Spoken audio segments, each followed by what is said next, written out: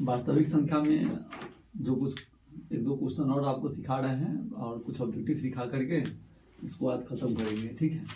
देखिए इसमें अभाज्य गुणनखंड की प्रक्रिया से 96 और 404 का मौसा निकालना है, फिर मौसा की सहायता से लौसा निकालना है। तो ऐसा सवाल को हम कैसे बनाएंगे, सबसे पहले देखिए ये 96 है, 96 का अभाज्य गुणनखंड क्या होगा, 2 गुने 2 गुने 2 गुने 2 गुने 2 गुने 3 हो जाएगा 1696, सही है। चलिए उसके बाद है 404, तो 404 का अभाज्य गुणनखंड करेंगे तो 2 गुने 101 आ जाएगा। इसका मौसा क्या होगा, इसका मौसा तो मौसा होगा, देखिए ई दू कॉमन है तो वो 2 आ गया, ई दू कॉमन है तो वो 2 आ जाएगा। इसके अलावा कोई कुछ कॉमन नहीं ना है, तो इसका मौसा 4 हो जाएगा। अब मौसा की सहायता से इसका लौसा निकालना है, तो लौसा बराबर क्या होगा, ए गुने बी अब बटा में मौसा। फॉर्मूला आप लोग पढ़े हैं ना, तो ए गुने बी, तो एगो संख्या 96, एगो संख्या 404, तो 96 गुने 404 अब बटा में मौसा। मौसा का मान कितना है 4, 4 से भाग करके क्या मरतबे 24 मरतबे। 24 में 404 के गुना करेंगे, कितना आएगा आंसर, 4 से गुना करेंगे 4 चौका 16, 1 4 चौका 16, उसके बाद 2 से गुना करेंगे 8 0 8 9696, 9696 इसका सही आंसर होगा। अब इसके बाद देखिए दूसरा क्वेश्चन है, में कह रहा है अंक गणित के मूलभूत प्रमेय। अंक गणित के मूलभूत प्रमेय को ही हम बोलते हैं यूक्लिड एल्गोरिथम, ठीक है।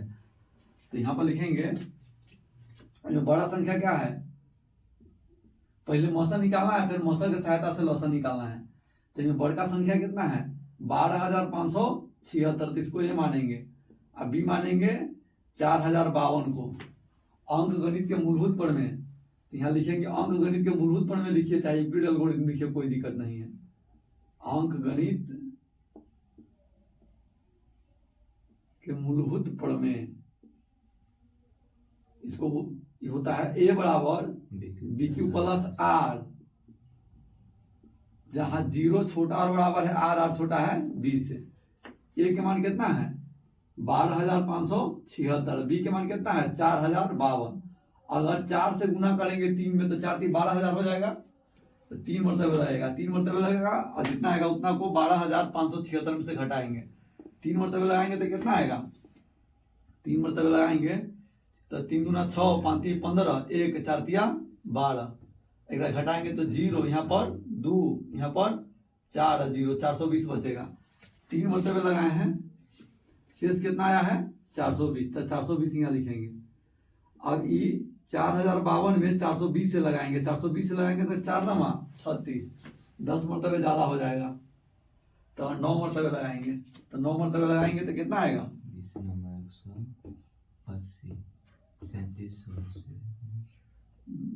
0 9 दूना 18, 4 नमा 36 और 36 और 1 37 ना हो जाएगा। इसको घटाएंगे तो आ जाएगा 2, यहाँ पर 15 में से 8 गया तो 7, यहाँ पर 2 बचेगा, यहाँ 0, तो 9 मरतबे लगाए हैं तो शेष बचा है 272।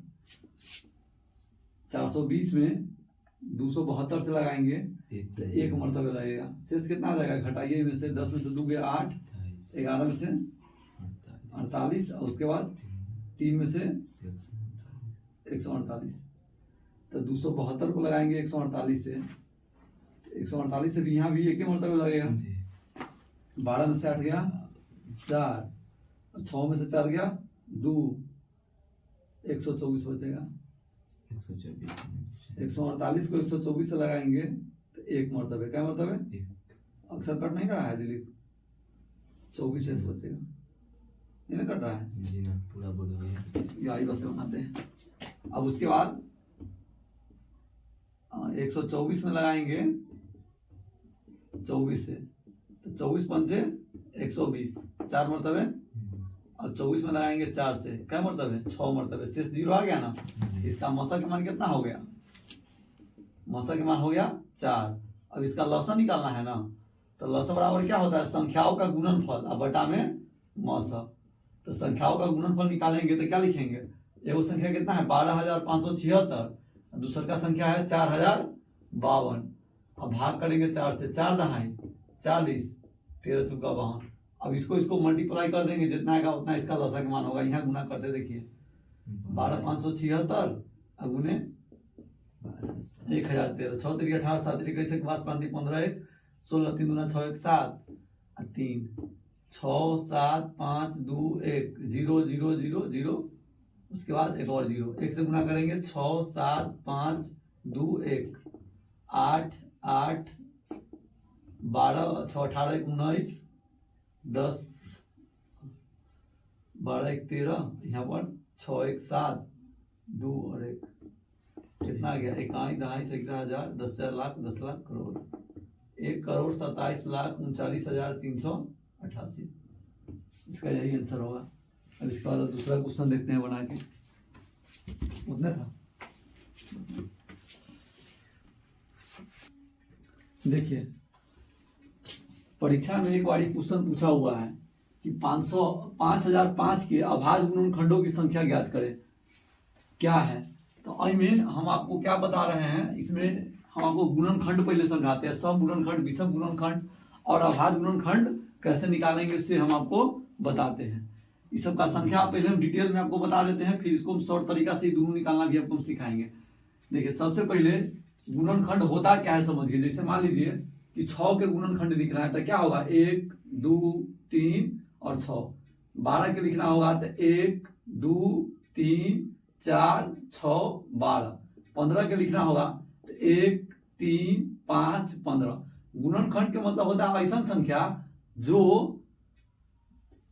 वो सभी संख्या जो इस संख्या को डिवाइड कर सके और जिससे डिवाइड करने पर एक नेचुरल नंबर प्राप्त हो सके, वही इसका गुणनखंड होगा। 1 से भाग करेंगे 6 में लगेगा, 2 से करेंगे 3 मरतबे लगेगा, 3 से करेंगे 2 मरतबे लगेगा, 6 से करेंगे 1 मरतबे लगेगा।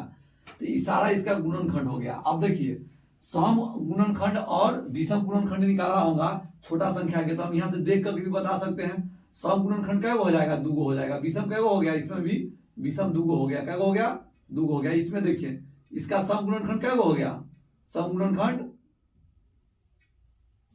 इसका क्या हो गया 4 हो गया। विषम गुणनखंड क्या हो जाएगा 2 हो जाएगा। इसमें भी देखिए विषम गुणनखंड क्या हो जाएगा, ये सब इसमें है एको को मतलब सम गुणनखंड नहीं होगा। तो छोटा संख्या के देगा तो इसे हम लोग निकाल पाएंगे। जैसे मान लीजिए कि 32 के हमको निकालना है, तो 32 में क्या कैसे लगेगा, 1 से लगेगा, 2 से लगेगा, 3 से नहीं लगेगा, 4 से लगेगा, फिर उसके बाद 8 से लगेगा, उसके बाद फिर 16 से, फिर उसके बाद कैसे लगेगा 32 से लगेगा। तो आई में एक टोटल गुणनखंड क्या हो गया 2 2 4 2 6, टोटल गुणनखंड 6 को हो जाएगा। उसके बाद सम क्या हो जाएगा, सम क्या हो देखिए 1 2 3 4 5। विषम क्या हो जाएगा, विषम हो जाएगा 1 हो जाएगा। तो ऐसे अगर मान लीजिए बड़ा संख्या दे देगा, ये इतना बड़ा संख्या है, तो चेक करने में समस्या होगा कि नहीं होगा। तो इससे अच्छा है कि कोई ट्रिक भी आपको सिखाएं हम, तो ट्रिक भी आपको हम सिखाते हैं। देखिए ध्यान से सबसे पहले हम करेंगे क्या, हाँ अभाज्य गुणनखंड के मतलब क्या होता है। अभाज्य गुणनखंड जब ये पूछेगा ना, मान लीजिए 32 के अभाज्य गुणनखंड पूछेगा, तब 32 में 2 से भाग करेंगे क्या मरतबे 16 मरतबे, फिर 2 से भाग करेंगे 8 मरतबे, फिर 2 से भाग करेंगे 4 मरतबे, फिर 2 से भाग करेंगे 2 मरतबे, फिर 2 से भाग करेंगे 1 मरतबे। तो आई में जितना गुणनखंड में जैव संख्या आएगा उसको गिन लेंगे, वही उसका गुणनखंड की संख्या हो जाएगा अभाज्य गुणनखंड का। अभाज्य गुणनखंड की संख्या कहिएगा सर जी आई में से ना लिख सकते हैं 1 2 उसके बाद 4 उसके बाद 8 उसके बाद 16 उसके बाद 32। कहिएगा सर जी अभाज्य गुणनखंड तो में देखिए एगो मात्र 2 है, आप हमको कह रहे लिखने के लिए 1 2 3 4 5 को कह रहे लिखने के लिए। तो अभाज्य गुणनखंड जब ये पूछेगा ना, तो वहां पर आपको इसमें नहीं देखना है, आपको ऐसे गुणनखंड करना है। अभाज्य गुणनखंड करिएगा और जितना अंक का घात होगा ना वही मतलब आपस में जुट जाएगा। जैसे मान लीजिए यहाँ पर आता 9 दूना 18, 3 नमा 27 1 28। इसका गुणनखंड किए रहते 2 से करेंगे 1 मरतबे 4 मरतबे 4 मरतबे, फिर 2 से करेंगे 72 मरतबे, फिर 2 से करेंगे 36 मरतबे, फिर 2 से करेंगे 18 मरतबे, फिर 2 से करेंगे 9 मरतबे, फिर 3 से करेंगे 3 मरतबे, फिर 3 से करेंगे 1 मरतबे। तो एकल अभाज्य गुणनखंड की संख्या कितना होगा से समझिए। देखिए यहाँ पर बताते हैं। जैसे 288 में 2 कै बार है 5 बार है, क्या बार है तो 2 के पावर 5, और 3 कै बार है 3 के पावर 2 है, तो अभाज्य गुणनखंड की संख्या हो जाता,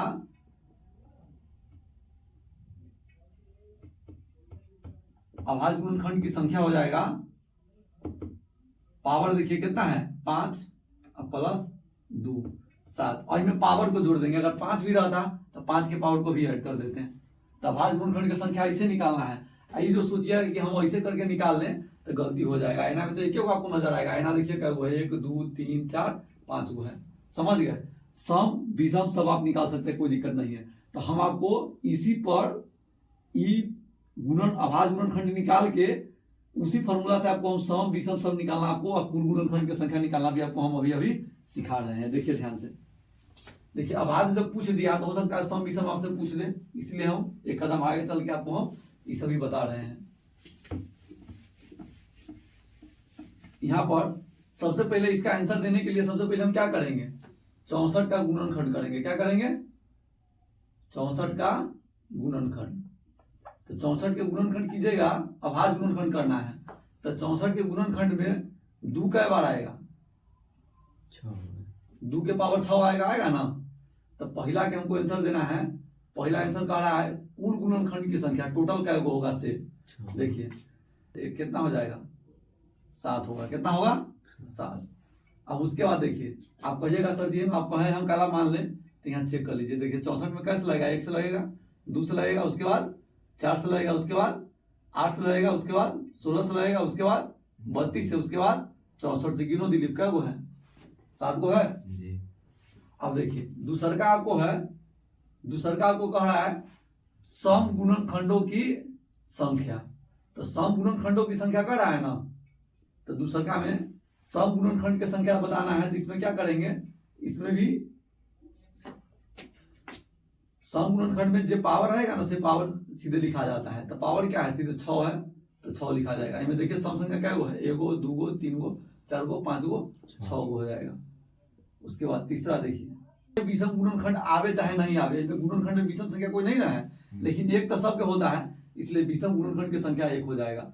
अब चौथा आपसे पूछा हुआ है अभाज्य गुणनखंडों की संख्या।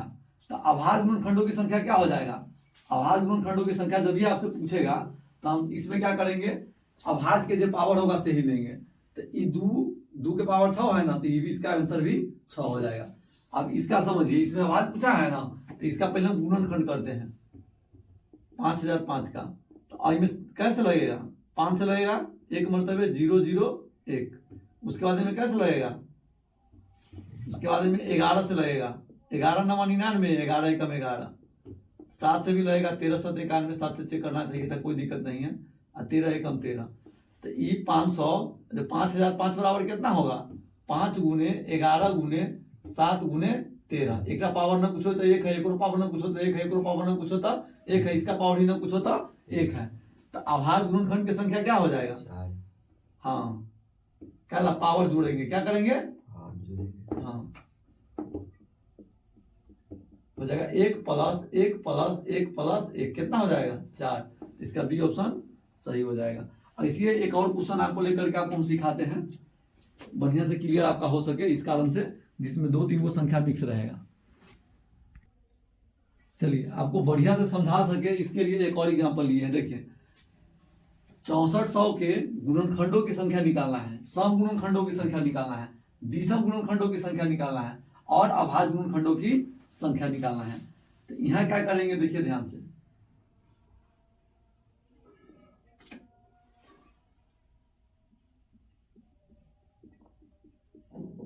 चौसठ 100 के गुणनखंड करेंगे।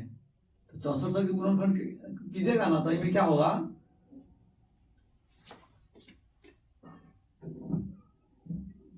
2 के पावर 6 64, 2 बढ़ जाएगा तो 8, अब 5 के पावर 2 हो जाएगा। और इनमें पूछे हुआ है गुणनखंडों की कुल संख्या, गुणनखंडों की कुल संख्या पूछे हुआ है। तो इसमें करेंगे,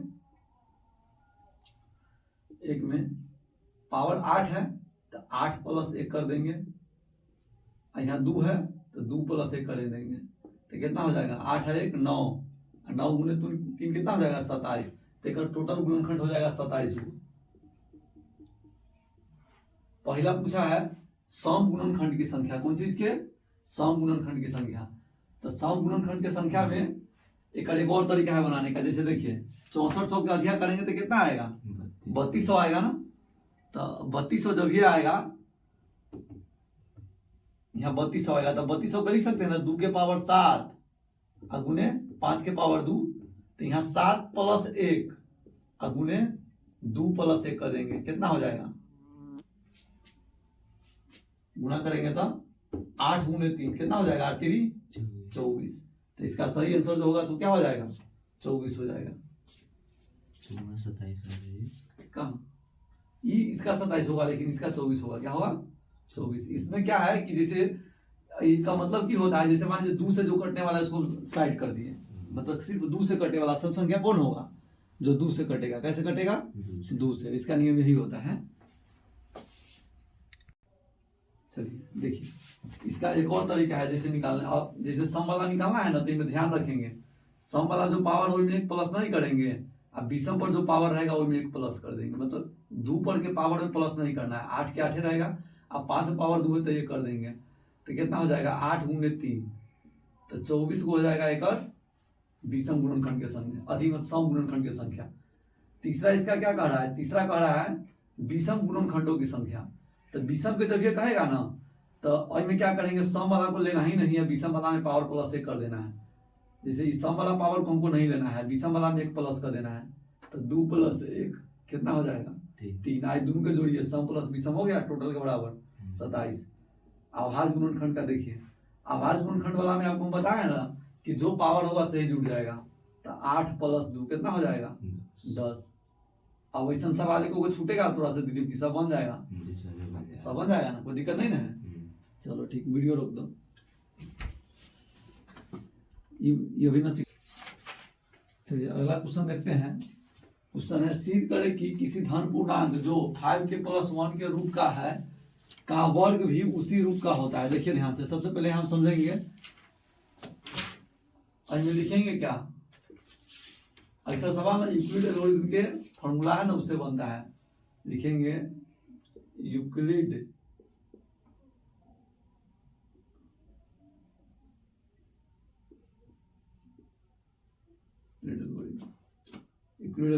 ए बराबर BQ + R में 0 छोटा और बराबर है RR छोटा है B से। तो यहाँ B बराबर कितना है?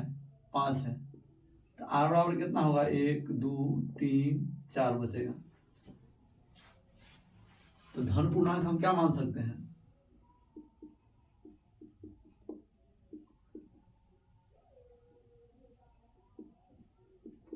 क्रमशः ए बराबर हो जाएगा 5Q + 1, चाहे सीधे 5Q भी लिख सकते हैं, कोई दिक्कत नहीं है। पहले 0 से था।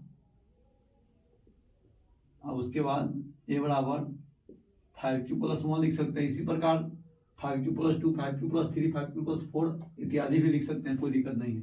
लेकिन हमको काम है 5K + 1 के रूप में ना, तो हम इसी रूप में इसको व्यक्त करते हैं और उसका वर्ग करते हैं।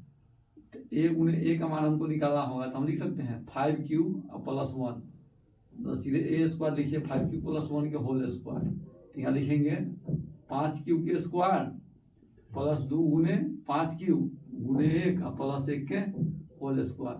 तो 25Q² + 10Q + 1।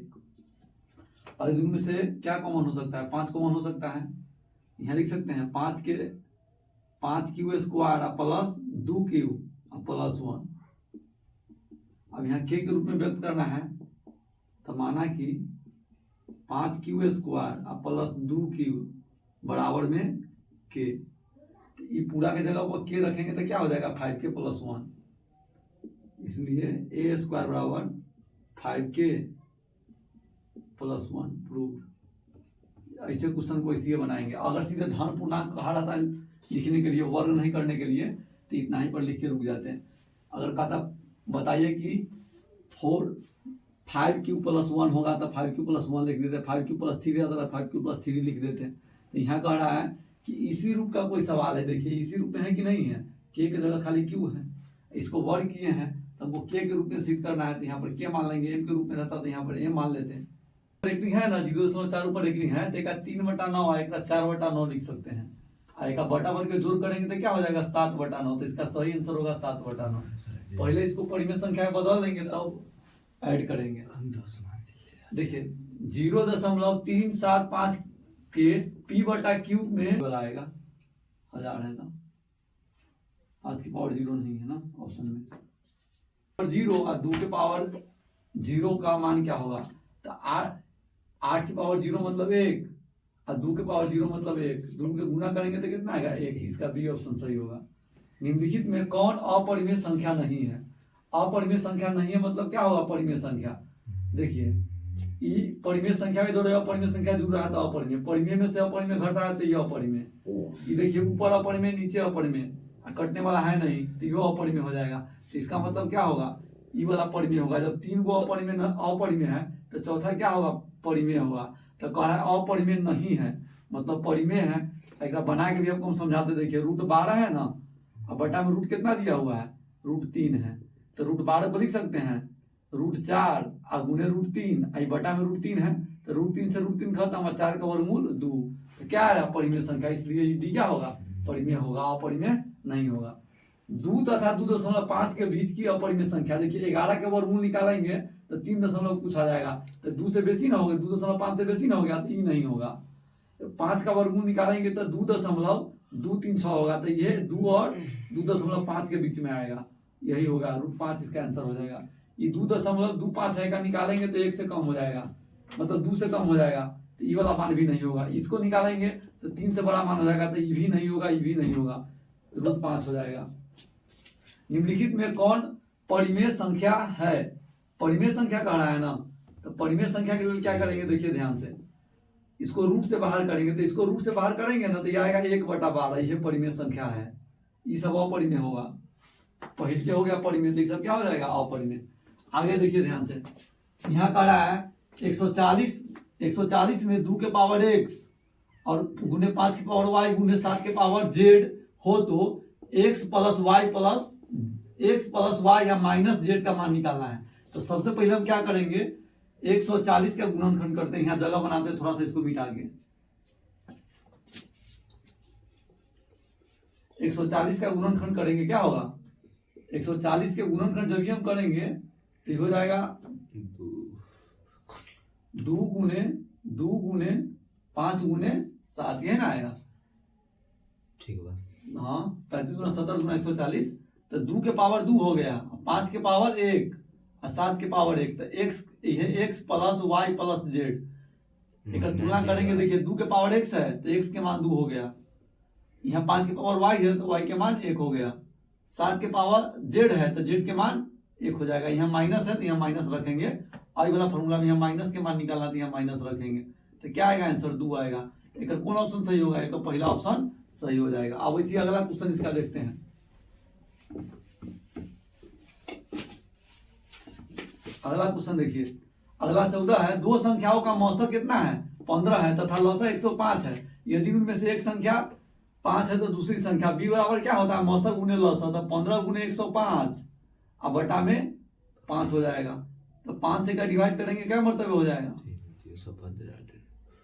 एक संख्या एक मिनट, दो संख्याओं का मौसक 15 है, मौसक 15 होगा तो संख्या 5 क्या होगा 315 तो लेगा क्वेश्चन गलत दिया हुआ है बुक में, 315 होता है आंसर सही चलेगा, कहीं 315 दिया हुआ है, हाँ 315 दिया है ना, तो ई जैसे मौसक कम देगा, एकरा 15 देगा और एकरा 5 देगा, भला देखो बना के देखते हैं।